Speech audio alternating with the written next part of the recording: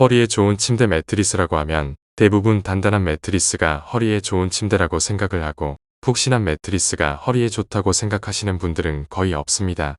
푹신한 매트리스에서 허리 통증을 경험하거나 예전부터 허리가 안 좋으면 단단한 매트리스를 사용해야 하고 푹신한 매트리스는 허리에 좋지 않다는 이야기 때문에 이런 생각을 하시는 분들이 많으실 겁니다. 그런데 평생을 단단한 매트리스를 사용하셨고 푹신한 매트리스는 본인 몸에 맞지 않다고 생각하셨던 분이 우연히 푹신한 호텔 침대에서 잠을 잤는데 허리도 아프지 않고 오히려 더 편하게 잘 잤다고 하시는 분들도 계시고 단단한 매트리스가 허리에 좋다고 해서 사용을 했는데 오히려 더 불편하고 허리도 아프다고 하시는 분들도 많습니다.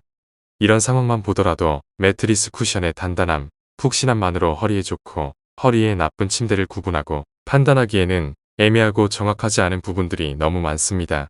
그리고 몸에 맞고 몸에 맞지 않는 매트리스의 정확한 의미는 신체 윤곽이나 척추 곡선을 바르게 유지해주는 정도를 의미하는 거지.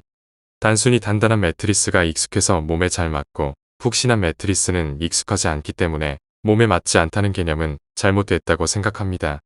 돌침대나 너무 단단한 매트리스에서 허리가 아프면 정형외과 의사분들이 허리와 무릎 안쪽에 수건이나 쿠션을 받쳐주라고 하는 이유는 곡선 모양의 척추를 바르게 유지해주기 위해서지만 척추 곡선만 바로 유지된다면 허리가 아프지 않다는 사실도 알 수가 있습니다. 그리고 사람의 척추는 경추, 흉추, 요추로 구분을 하지만 곡선 모양으로 모두 연결되어 있기 때문에 이 중 어디 부위라도 압력을 주고 변형을 준다면 결국 척추에 무리가 오면서 우리 몸 어딘가는 분명히 불편해진다는 사실도 모두가 잘 알고 있습니다. 하지만 허리에 좋은 침대 매트리스를 고를 때는 척추 곡선에 대한 생각은 전혀 하지 않고 단순히 매트리스 쿠션의 단단함, 푹신함만으로 허리에 좋은 침대를 구분하려고 하니 매트리스 선택 자체가 어렵고 복잡하게 느껴지는 거라고 생각합니다. 척추 곡선만 생각한다면 푹신한 매트리스에서 허리가 아픈 이유는 단순히 매트리스 쿠션이 푹신하고 꺼져서가 아니라 매트리스 쿠션이 꺼지면서 척추 곡선에 변형을 주기 때문에 허리가 아픈 겁니다.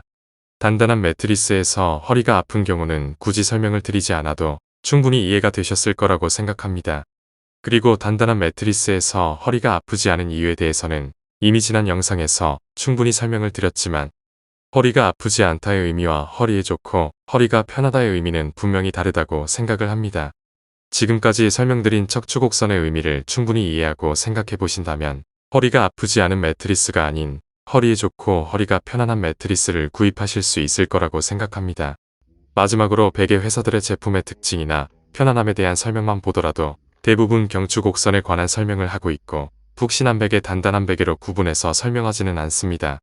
돌베개, 흙베개는 없지만 단단한 베개가 목을 받쳐주고 푹신한 베개는 쿠션이 꺼져서 목이 아프다고 생각하시는 분들도 거의 없습니다. 오히려 고급 호텔의 구스베개처럼 푹 꺼지는 베개를 훨씬 더 선호하고 편하다고 느끼시는 분들이 많습니다.